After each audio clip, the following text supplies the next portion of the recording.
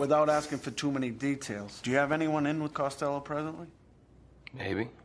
Maybe not. Maybe fuck yourself. Trentster. Hi, Parth. What have you? Tell me. What have you been eating? Nice to see you. It's good to see you. Too. You know, since we're in an indentured servitude sort of arrangement where you said we're doing the pod on Tuesday morning or else, and so I had no choice but to watch The Departed. That's what I talk like.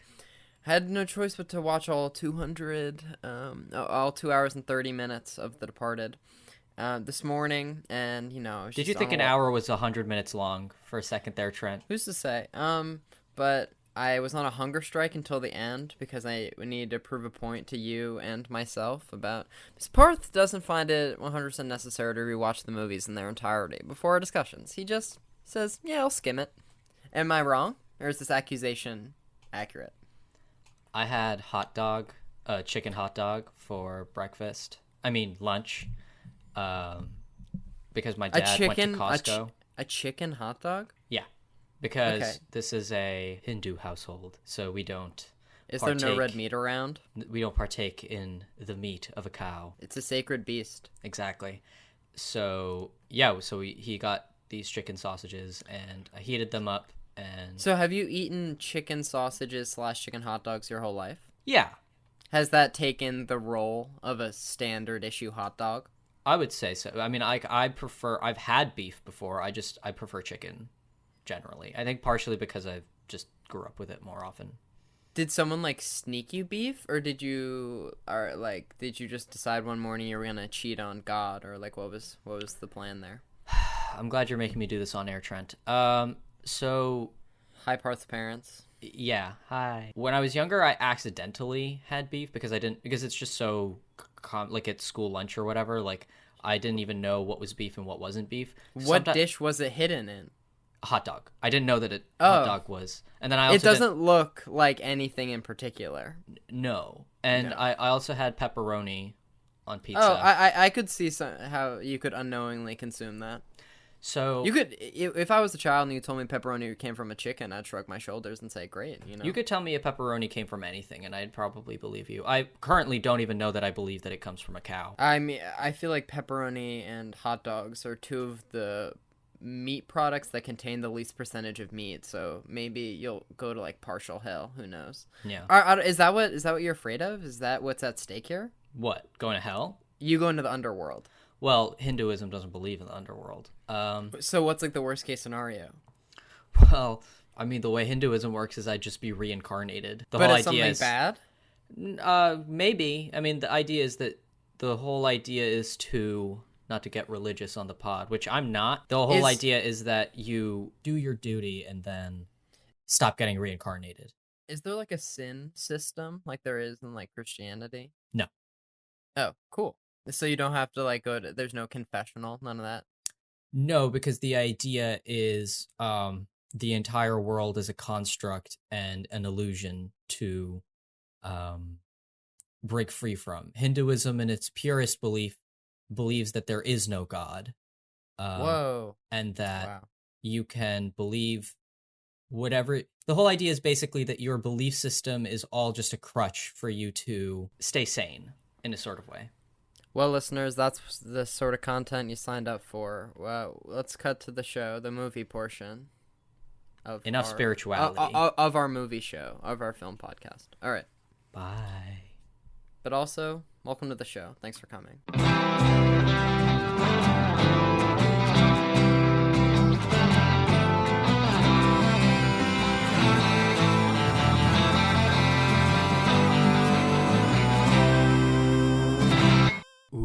Welcome back to Craft Services, where we talk about the movies. This is our show. Each week we talk about a film and hopefully have a crew member of that film to talk with us about their experience working on the picture. Last week we talked about The Departed with its script supervisor, Martha Pinson. I'm sorry, what movie did we talk about with script supervisor Martha Pinson? Sorry about that, Trent. The Departed. Yeah, we discussed The Departed with Martha Pinson. That was last week's episode, and it was really freaking dope. Right? Yeah, I would say so. I would say dope, cool, epic sauce, bro, would be all correct terms. Now you're talking my language. I know. But we've come here to do something else. What's that? There's sort of like a duality of the show. There's like the formal, like hair up, like interview portion. And, you know, there are like some old professional people. They use all their technical jargon. But then every other Sunday, we let our hair down, get a little informal, just shoot the shit with Parth and I, talk about The Departed. And what's so wrong with that, you know? Nothing wrong about talking about The Departed. The Departed. So how do we go about such a thing? Well, Trent, Where to begin? I'm going to tell you about the synopsis of this movie, and then I'm going to tell you the budget and box office of this movie. Or do you want to tell me the budget and box office? It's your choice. Yeah, whatever, as long as we follow the standard outline of the discussions that we've been using since episode 1. How about you tell me? All right, so an undercover cop and a mole in the police attempt to identify each other while infiltrating an Irish gang in South Boston. This is a 2006 film from our friend, Martin Scorsese. Matty, for short. Or Mr. Scorsese for long. If you learnt from our last episode, I'm a good friend of Matty, and this was a special film. All right, Parth, so since you were 5 years old at the time, you were definitely in the thick of the set, so tell us about the production history. Well, why don't you tell me about the budget and box office first? Yeah, I got ahead of myself. Forgot the outline of your own show? So it cost $90 million to make, and I read somewhere that $45 million of those dollars were actors' salaries alone. And then there was a box office of $291.5 million, and I read somewhere else that this was the third highest grossing of Martin Scorsese's films. And it didn't say what the number 2 and number 1 were. I'm going to assume number 1 is Wolf of Wall Street. What do you think number 2 would be? Goodfellas? Maybe Hugo. Yeah, I think people really turned out for Hugo. Wait, what else could it be practically? Would it be something stupid like, I don't know, The Aviator? I don't mean to call The Aviator stupid. I've never seen The Aviator. Can I look it up through the magic of editing? In the span of a single second, acquire this knowledge. And we definitely didn't edit like a minute or two of you searching this information up. So please tell me what this knowledge is. I have the answer here in front of me. Do you want to take a final guess and like lock it in? Like we're on Deal or No Deal? I think top grossing is Wolf of Wall Street, and I'm going to say second is Goodfellas. Number 2 is Shutter Island. Oh, fuck. 3 is The Departed. 4 is The Aviator. And just while we're here, 5 is Gangs of New York. 6 is Hugo. Hugo? 7 Cape Fear. 8 Casino. 9 The Color of Money. And 10 is Goodfellas. Yeah, sorry, fans at home. I'm sure you got more than you bargained for there, but... Sorry for the history lesson. Speaking of history. Yeah, nice segue. Cool. Continue. Production history. So, in January 2003, Warner Brothers producer Brad Gray and actor/producer Brad Pitt bought the rights to remake the Hong Kong film Internal Affairs for $1.75 million. What'd you say? Infernal Affairs. I think it's Internal Affairs. Hold on. Let me search that up. We need a research team. Yeah, we need some. It's Internal Affairs. Oh, well, you're the one who put the F there. I copied it from... Wait. Oh, wait, no, it is. It is Infernal Affairs. Oh. There's also a movie called Internal Affairs. Yeah, because I saw it somewhere else listed as Infernal Affairs, and I thought I was going crazy there for a second. Okay, I'm gonna restart. You are often right on this show. And I'm gonna start. Didn't want to be wrong again. Go for it, Parth. Confidently say it like you got it the first time around. In January 2003, Warner Brothers producer Brad Gray and actor Brad Pitt bought the rights to remake the Hong Kong film Infernal Affairs from Media Asia for $1.75 million. William Monahan was secured as a screenwriter, and then Martin Scorsese, who liked his script, came on board as director. In March of 2004, it was announced that Scorsese would be remaking the movie and setting it in Boston, with Leonardo DiCaprio and Brad Pitt slated to star in it. Pitt was tentatively scheduled to play Sullivan, but later declined the role, saying that a younger actor should play the part, and decided to produce the film only, and in favor of this movie starred in Babel. Scorsese's longtime associate, Kenneth Lonergan, who is also the director of Manchester by the Sea, suggested Matt Damon, who grew up in Boston, to replace Brad Pitt. Scorsese asked Jack Nicholson to play Costello. He wanted the film to have a little something more than the usual gangster film, and screenwriter Monahan came up with the idea of basing the Costello character on Irish-American gangster Whitey Bulger. This gave the screenplay an element of realism and an element of dangerous uncertainty because of the wide-ranging carte blanche the FBI gave Bulger in exchange for revealing information about fellow gangsters. The movie was officially greenlit by Warner Brothers in early 2005 and began shooting in spring of 2005. Some of the film was shot on location in Boston, but most of the movie, for budgetary and logistical reasons, was shot in New York City on locations and sets, as it had tax incentives that Boston did not. Trent, hit me with some fun facts. All right, so a technical consultant on the film was Tom Duffy, who had served 3 decades on the Boston Police Department, particularly as an undercover detective investigating the Irish mob. Leonardo DiCaprio called his one-on-one scene with Jack Nicholson, quote, one of the most memorable moments of my life. Beautiful. When receiving the top award from the Directors Guild of America for this film, Martin Scorsese said this, quote, is the first movie I've ever done with a plot, which I don't necessarily agree with. Me neither. Martin Scorsese really wanted Al Pacino for the role of Costello because he had never worked with Pacino before, but he turned it down. I could see it. I like that Nicholson's in it, but it could have worked. And I feel like there's always been, in like 80s movies, and you're either a Pacino guy or a De Niro guy. My whole life I've been a staunch De Niro guy, but Al Pacino's pretty freaking cool. I agree. Do you agree? I agree. Okay. Originally, this remake was planned with Brad Pitt as Colin Sullivan and Tom Cruise as Billy Costigan. Parth, do you see it? I see it, and it would be interesting to have Cruise reteam up with Scorsese, but I think... Excuse my ignorance, when did Tom Cruise work last with Martin Scorsese? Color of Money. Okay. In the early 90s. So has Brad Pitt been in a Scorsese movie? I don't think he has. But it would have been interesting to see them reteam up, but I'm glad the casting is the way that it is in this movie. Tom Cruise, I feel like, sneaks into every casting what if that we do on the show. Yes. He was considered for everything, or maybe he just has he has a team of people going out and writing on IMDb trivia that he was once considered for every male lead role. That makes sense. Moving on, Jack Nicholson refused to wear a Boston Red Sox hat during filming and instead wore his New York Yankees hat. This reminded me of when Ben Affleck did the inverse on Gone Girl and refused to wear the Yankees hat, and in substitute wore a New York Mets hat.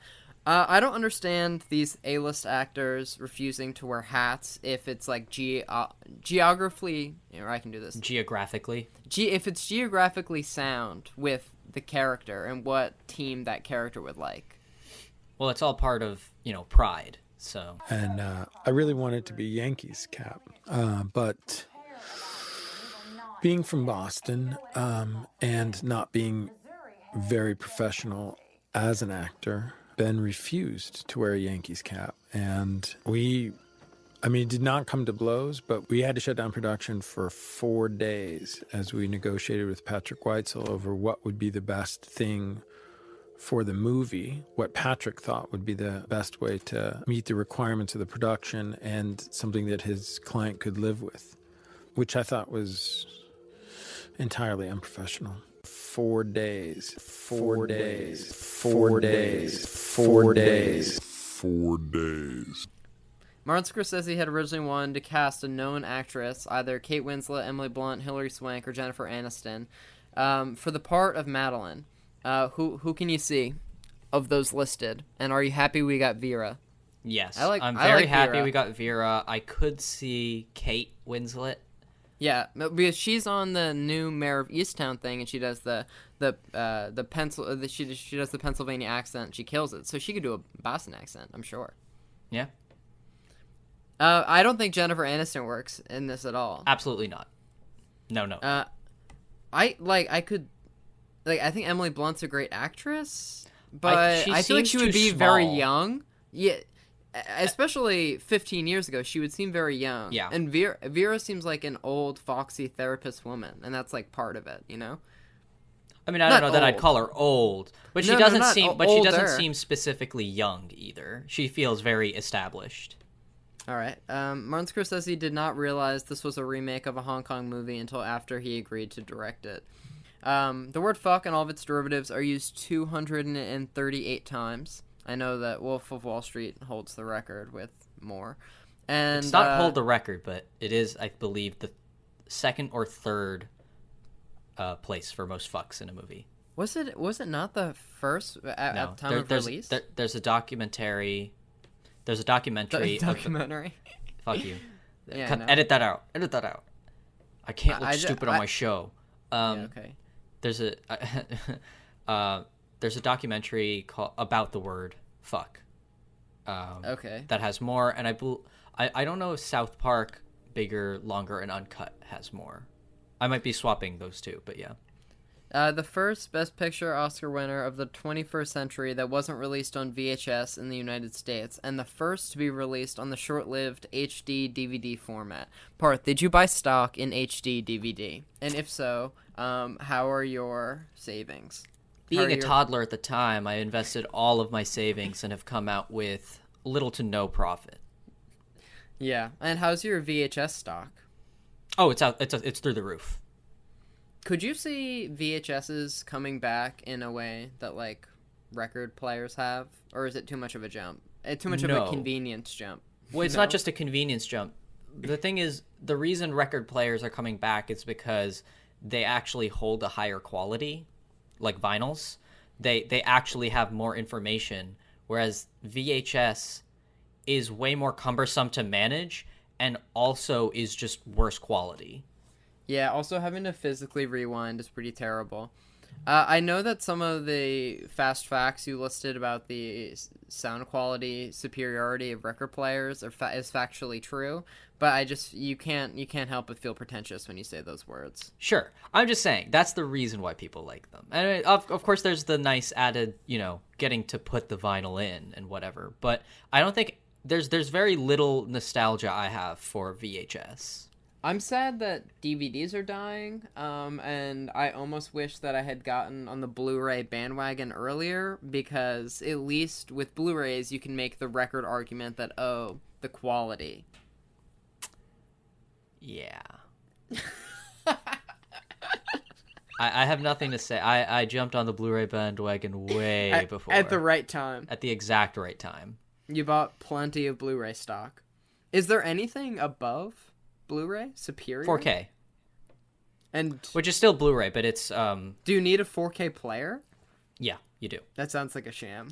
It's not. Well, I thought so too, but my dad bought this OLED TV and a 4K Blu-ray player, and we watched Tenet in 4K on it. And there's a noticeable difference. I really thought there wouldn't be. But isn't a 4K disc like $30? It's becoming cheaper. But yes. Cool. It's not I think it's 25 now. But yeah. You want to do 1-star reviews? Yeah, let's do it. You want me to start with one? We got distracted by the format wars. Another cheap knockoff of the real deal. Cheap knockoff? Not only do I hold more data than you, I'm smaller and more compact too. Huh. Hate to break it to you, kid. All through history, man has favored large things. Large horses, large bank accounts, large ice cream sundaes. Nobody's gonna want this. Size matters. Laserdiscs are everywhere now. Yeah, good luck having people switch to DVD. Probably stands for disc that's very dumb. Whoa! It stands for Digital Versatile Disc. You'll know DVD soon enough. From Julian Owens 7 months ago, he wrote, in all lowercase, thought it was good fella, period, wasn't, period, disappointed. So I think what he's trying to say is thought it was good fella, wasn't disappointed. I think he meant to say I thought this was good fellas, wasn't disappointed. But yeah. What do you think was happening here? Because something was wrong. I think they didn't pay much attention to what they were typing. I think this was done on the phone, and they have fat fingers. I thought you were gonna say it was like a bad voice translation, as in. I feel like people don't really use voice translate. I don't. Nobody I know does. I can't imagine going through all the effort of writing a review and then not going through the time to proofread it, especially when it's one sentence. Or I guess since they put three different periods, it's three sentences. But there are a total of 6 words. All right, on to the next one. It's by Jasmine Chan. It was from 4 days ago. Fresh wound for Jasmine. Ooh. It says only straight men would enjoy this.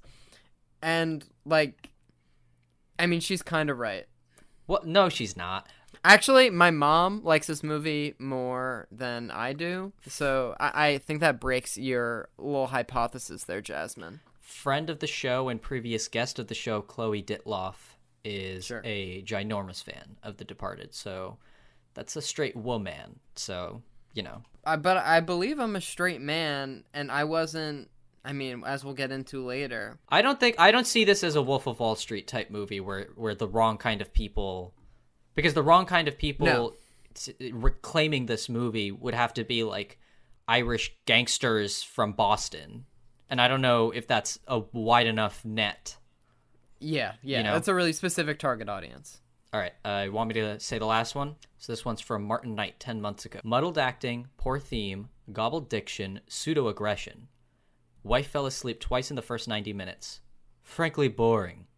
Amazing to have such stars, and the director putting their good names to this amateurish fiasco. Martin really set out to use every vocab word he knew. He went to the thesaurus. And he succeeded. Do you think he patted himself on the back after he used the word pseudo?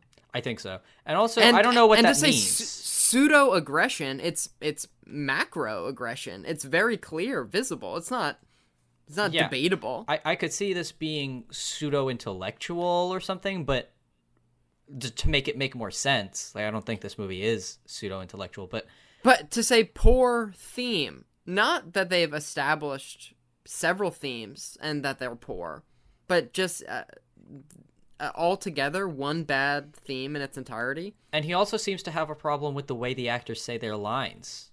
I guess he takes fault with the Boston accent because of gobbled diction. I think he wanted to use the word gobbled and diction. I agree. I think Martin is just going from film to film and ripping them limb from limb, and you know, is highlighting the words in his thesaurus as he goes. Now it's time for us to talk about what worked in this movie, Trent. You watched it just now, right? Yeah, you skimmed it, I'm sure. We'll get to that. The first thing on my list is the main cast. Leo, Damon, Nicholson. 3 of my all-time favorites. And then right under the main cast, bullet point, it says supporting cast. You got Mark Wahlberg, Alec Baldwin, Vera. Everyone's killing it. Yes. Tell me what some of your earliest points are, or what your thought on my earliest point was. I agree. I think that the cast is perfect for Martin Scorsese. I think that they are able to, because he's got a very specific style, and I think he always chooses actors for whatever movie he's doing that will be able to speak the dialogue and act completely correctly for the type of movie that he's making. Because he's a very varied director. So I think that's part of the reason why I say that Tom Cruise, I don't know. I think everybody cast was completely correct for their role. It's a shame Mark Wahlberg, as Trent just now found out, just before recording, is a horrible racist. Yeah, Parth informed me that there's a whole Wikipedia subsection labeled hate crimes. So, off air we were talking about how heartbroken we are over Boogie Nights, over this movie, because I got on the air and I said, are we going to talk about how awesome Mark Wahlberg is? And he said, we can talk about it in the safety of our own home. But on the air, he's not the right man to give praise to right now. That being said, he gives some of the funniest lines in the movie. But it is a shame that the man himself is has to hate minority groups. It's not ideal. Yeah. It's not I love his acting work, but it's not a good look for him. He can just go off and just not do anything. But this is not a Mark Wahlberg podcast. This is a Departed podcast. Unless you're still holding a grudge over the Alec Baldwin Words with Friends, him refusing to get off the plane dispute a few years ago, I think he's just as good. How's your wedding coming along? Great. Great. She's a doctor. Oh, that's outstanding. Yeah. Marriage is an important part of getting ahead. Lets people know you're not a homo. Married guy seems more stable. People see the ring, they think at least somebody can stand the son of a bitch. Ladies see the ring, they know immediately you must have some cash and your cock must work. Yeah, it's working. Overtime. I'm glad to hear that. Yeah, thank you. Yes, I think again, everybody's absolutely correct for their role. I think this is a very fast-moving, fast-talking script, and I think everybody's got their, we just recorded our Steve Jobs discussion. Similar to that movie where every actor is on point, knows exactly what movie they're making, and is sort of moving in rhythm in conjunction with everybody else. That's kind of the same thing that's happening here, and, this is a really good script, I think. So speaking on that point, my next bullet point says the ability to cross-cut at any moment. And I think that's what makes the momentum work so well, is that they can do kind of like impartial scenes or essentially cut whenever they want after whatever funny line they think is funniest and just go to the other character and basically buy themselves time to go wherever they want to go with the other character without having to explain the narrative basis of it. Yeah, and I think there's so many sequences in this movie in this movie that traverse a long period of time or cut between these several characters, and Martin Scorsese is well known for his use of music, but it's really, really good here. It sets the tone properly, and it creates a lot of movement between scenes. We were remarking earlier off air, Trent and I, about how the Irish theme, that music. You mean the pirate song?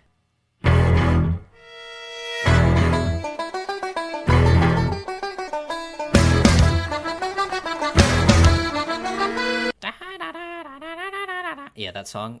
It plays a million times through the movie. I kind of hate it. I love that song, but here's the thing.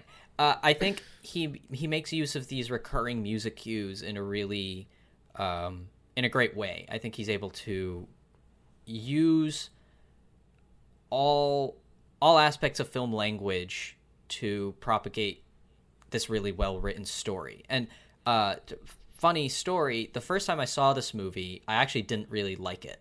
Or at least I really liked the second half, but found that the first half was kind of disjointed, and I thought Martin Scorsese went a little crazy with some editing decisions. I still think he kind of, there's weird like fade outs that cut straight into the next scene. There's lots of weird editing techniques that are used, but they bother me less because I think once you become engaged with the characters and story and know what the movie's doing, it's much easier to engage with it. Speaking of music cues, I read somewhere that this was the third Scorsese film where he used Give Me Shelter. On one hand, I like that because he's like, I fucking like this song. I'm going to put it in all of my most classic movies.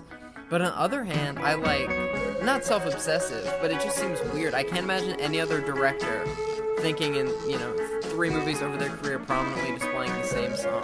The only time I can really think of that, and it's not over 3 movies, it's just 2, is I think Tarantino reuses some songs. Unless it's like referential to another movie.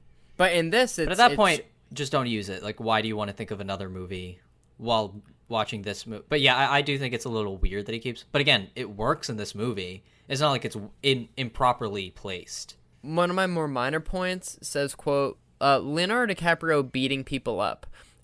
Which, watching people get beat up in general is pretty cool. And then watching an A-plus lister like Leo beat people up is even better. Yes. And I think Cruz was slated to potentially be Leo's part. And I think Leo, the nice magic trick of it is that he is this A-lister, but he's also got this weird soft quality to him. And they use that well because he's supposed to be scared and freaking out all the time because he's, a mole or a rat inside of the criminal enterprise.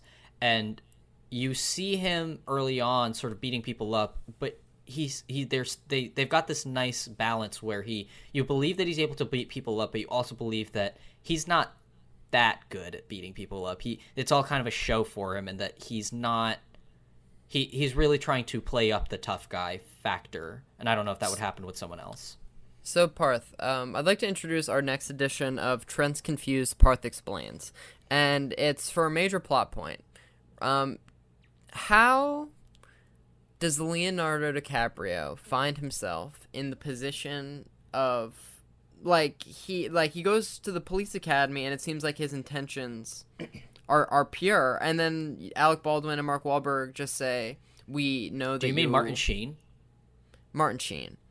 They say, we know that you are a rat, and therefore we are gonna offer you this elaborate deal. But I don't think that he's a rat. I don't think they think he's a rat. I think that was all sort of a hazing process where you have to be able to upstand Sergeant Dignam to be able to take up this job. And this is also a job where should something go wrong, nobody will know that you exist. Nobody will know what you've done. Nobody will be able to help you. It's a high-stress thing that nobody wants to take.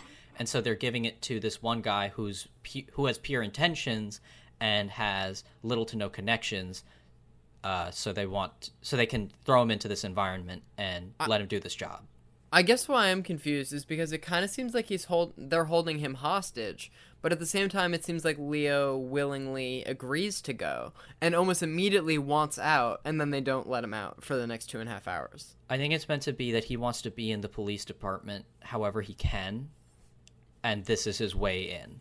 But they basically say to him, because some/most of your relatives are criminals, that must mean that you are also a criminal. And therefore, we're not going to let you be a cop in the standard fashion, but you have to go to jail for a year, and then you can be a cop in this more complex way, in a sort of way where we can kill you or erase you at any time. Well, I think that's the idea, is that it seems needlessly dangerous. He should find another line of work. It's meant to be that he is a good man.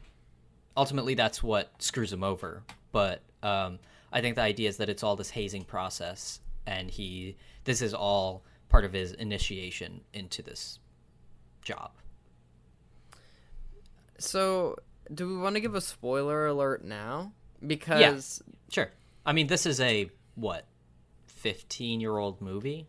Yeah, and you're 30 minutes into the episode. So, if you've come this far and you haven't seen the movie yet, we're going to talk about some people who die. And if anyone dies, who knows? Everyone could survive the film. Maybe everybody ends this film a happy customer. Yeah, Leo and Matt shake hands, and they say, I'm glad we could put all this gang cop stuff behind us. We're not so different, you and I.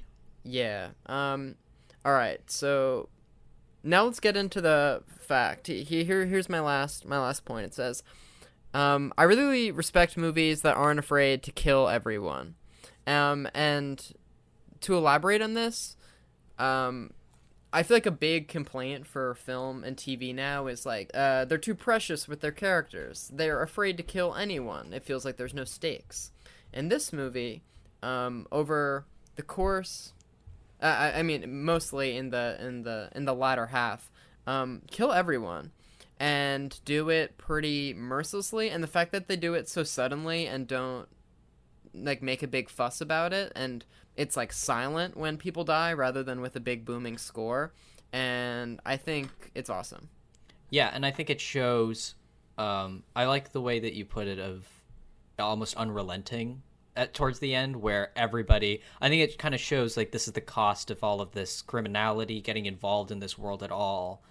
You know, whether you're on the good or the bad of it, it'll screw you over in some regard. Even Nicholson, who we find out has been working with cops the whole time, he gets fucked over and dies. When I was your age, they would say we could become cops or criminals. Today, what I'm saying is this. When you're facing a loaded gun, what's the difference? I think that by the time you get to the point where Leo gets the phone and he and Matt Damon are on the phone call together, and then they immediately hang up. That from that point onwards, I think the movie's perfect. Up until then, which is a lot of the movie, and I don't want to make it sound like I don't like the stuff preceding that. A lot of the movie is kind of it is very jumpy. It's kind of I could hear meandering. Yeah, I mean, I don't think it's meandering so much as it is a little like I'm not entirely sure what the focus is meant to be. I don't think because when I think of a meandering movie, it seems like the movie doesn't know what's supposed to be happening, and I don't think that's the case here. I think that sometimes it just is too jumpy. I think in films something I really value is a sort of cause and effect structure, and I don't want it to be too straightforward, but if one scene leads me directly into the next scene, I kind of love it. And this is the opposite of that. Yeah, but I mean, I guess that's why I like it at that point, because once those two paths intersect of Damon and DiCaprio, that's when, you know, their paths constantly start intersecting with each other. The other thing that I think I have a problem with would be Vera Farmiga's character, because I just said the whole romantic subplot. I like her performance, and I like part of her. I like that she's in the movie. I just don't think, I think there's either too much or not enough of it. I think you didn't need the romance aspect between her and DiCaprio. I like the stuff with her and Damon, because it's not really playing any major part in the movie. It's, you know, whatever. Yeah, you know, it's not even a conversation between Leo and Matt. That, you know, if during the whole movie some like the girlfriend is cheating on the boyfriend, you expect for the two men to discuss that at some point.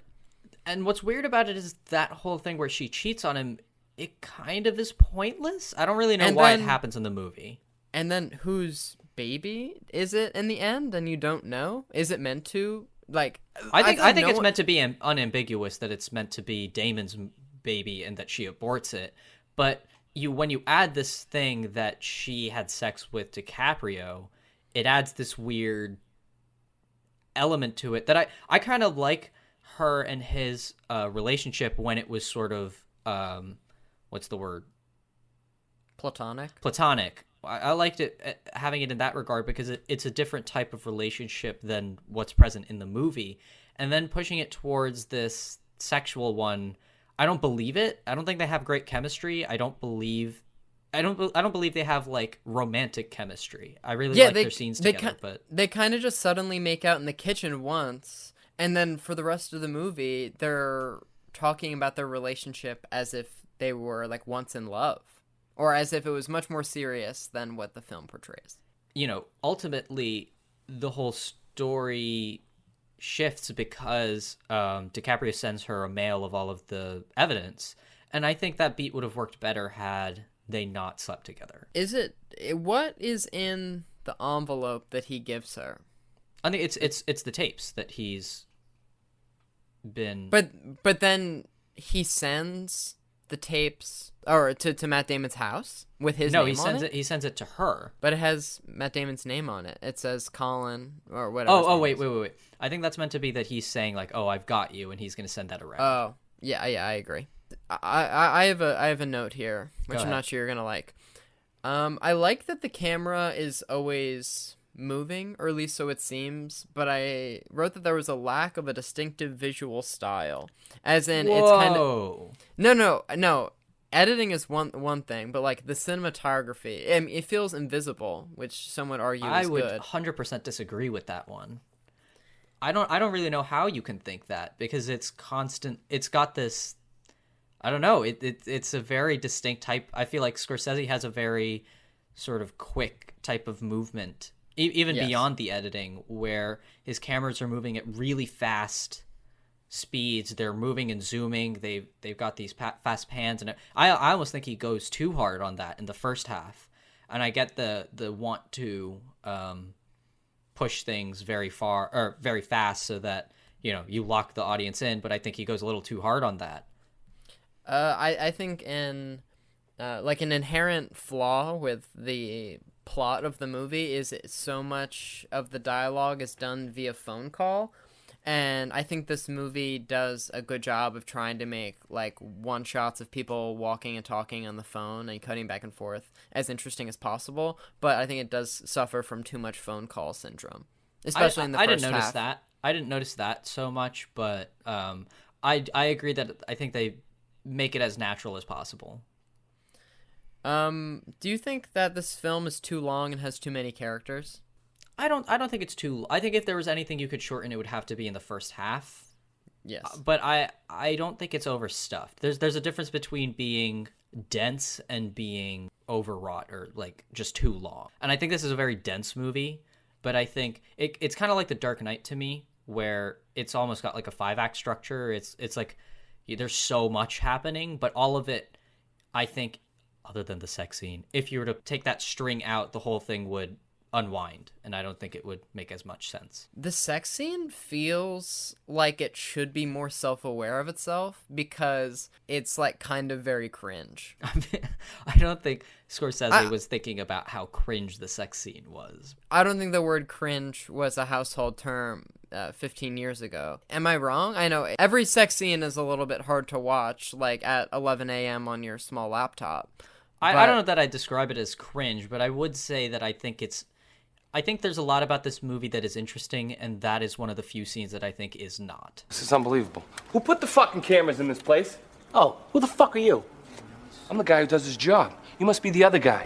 The $1 million question. Are you more of an Italian gangster guy, or do you prefer the Irish gangsters? Because I have my preference. I think confession, I've only seen 2/3 of Goodfellas. Yeah, no, it's an embarrassing thing to hear you say, and frankly, to be affiliated with you.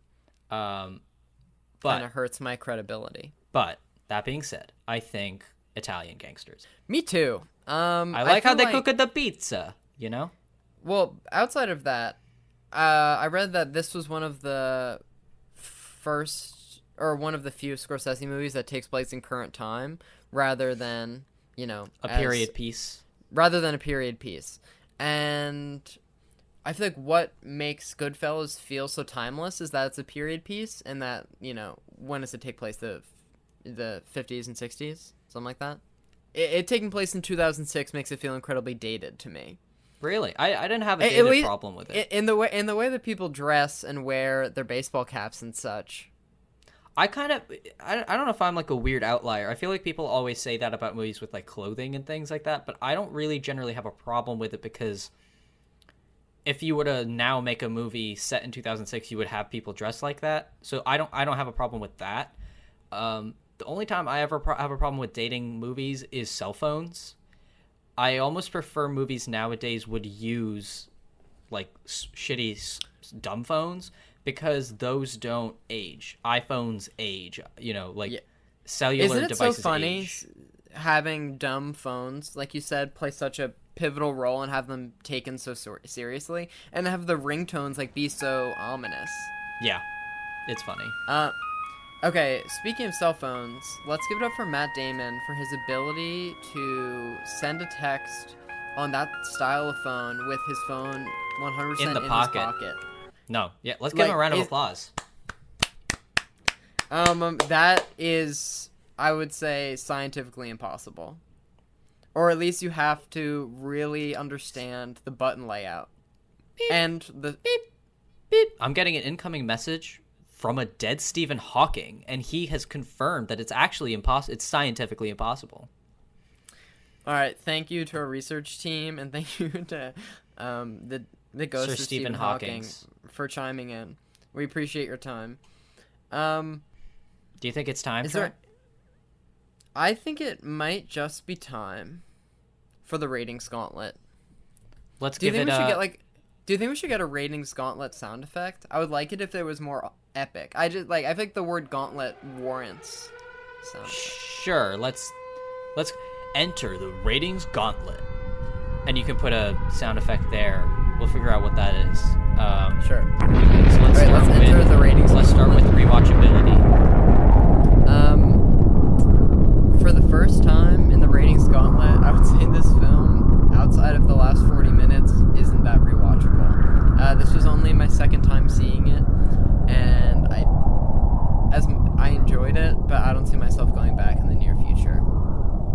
think it's relatively rewatchable, but it's not, I could watch this a few times a month rewatchable, personally. I think I could see it once every month if I needed to, but... I think it's too long to be rewatchable, and I think... And I feel like part of a key thing of a rewatchable is... but outside of the overall quality is, each of the acts holding a similar amount of weight. And I think the first and second act here pale in comparison, and thus disqualifying it from being a rewatchable. Fair enough. And would you recommend this? If someone asked me, should I watch The Departed, I would say yes. But I think so as well. But would I say that it's like a fun movie? Like, if someone said, hey, recommend 10 films to watch, The Departed would be nowhere near the top of that list. I don't know exactly who it's for. I don't think necessarily it's like our reviewer said that it's only for straight men, because I just think it's like an adulty movie. Yeah, which I enjoy. I feel like I wish there were more movies like this. I got this rat, this gnawing, key-eating fucking rat. I don't want there to be any backlash. Wait, let me guess. Is this a 6.5? I was gonna say exactly a 6.5. Wow. Good for you. A 7 is my baseline, and even though this is a classic, I don't even... It would be a modern class. I mean, people talk about it like it's a modern classic. I think it's a modern classic. And a lot of the angry one-star reviews that I had to tread through said, this film is overrated. And I definitely don't think it's underrated, because there's a lot of hype, and I was some level of disappointed. But 6.5, I think, is right on the money. Martin Scorsese, your team, if you're hearing this, we'd love to talk to you about any of your other films. Or this one. We're actually just desperate to get you on the show. Yeah. Please come on. We'd love to have you. Parth, what do you think? I'm gonna go with 7.5. I think I enjoy it more than you did, but I think that the end act is like a 9. I think that's really, really good stuff. And I agree with you that the first 2 acts are, while good, not as good as the... even the first half. I think the second half is really good. That's like top tier filmmaking, and the first half is pretty good. I think it's a little unfocused, and I think it's a little too cleverly made for its own good. So let's talk about some death. Martin Sheen getting killed, awesome. Leo getting killed, awesome. Matt Damon getting killed, also awesome, but I don't fully understand. It kind of feels like Mark Wahlberg comes out of nowhere and kills him. I know that he's like the only surviving character, and that he was a cop, and he left the force, and he was on to him, so to speak. But he's just there waiting. He's not a cop anymore. He just murders him. Yeah, but I would still and then say... the movie just ends. I would say that it's still relatively awesome. Oh, I'm not taking away its awesome honor. I'm just saying it is there for the shock value, and it feels like it's there for the shock value. Fair enough. But I think the last shot of a movie says everything about it, and the zooming in on the the Golden Capitol building or whatever, and then with the rat, the CG rat. I wish it was a real rat, and they almost had me fooled there for a second. I mean, it's not a particularly subtle symbol, or mascot. I like it though. I think it's fun. So is that it? I think that's just about it. Do you want to tell the kids at home what comes next? Kiddos, if you don't stick around for next week's episode... sorry. What? Our legal... Peter... Oh, my God. Wait, Peter from Legal is Peter chiming from in? Legal is coming in. Wait, what does Peter from Legal have to say? Okay, so he's going to tell me not to mention the big weapon I have that's going to happen. That's going to cause... impermanent damage and destruction. Should you not rate our podcast and review our podcast really well on Apple Podcasts and Spotify. And he's saying, though, that it is okay. What? Oh, yeah, okay. He's saying that it is okay, actually, for me to tell you that next week we're going to be talking with Doug Leffler. Doug Leffler. What did he work on? He worked on Army of Darkness. What was he? And he was great. But he was also the second unit director on Sam Raimi's Spider-Man. So it was freaking dope. And he's worked on a bunch of fucking movies that are super, super cool. And he was a really cool man. Yes. Which was like the cherry on top. Because he could have, once you work on Sam Raimi's Spider-Man, you can just be a huge dick for the rest of your life, but he chose not to. No. So let's get back to the fact that you're gonna give our show a good review.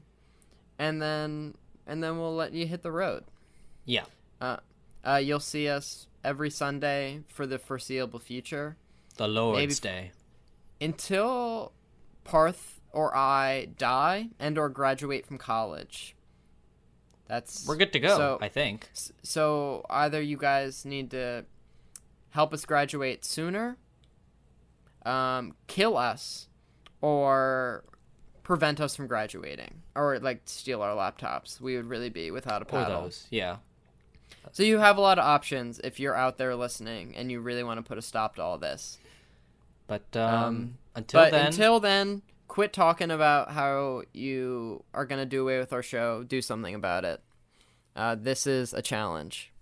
Bye, guys. Come stop us. Bye. Bye. We love Goodbye. you.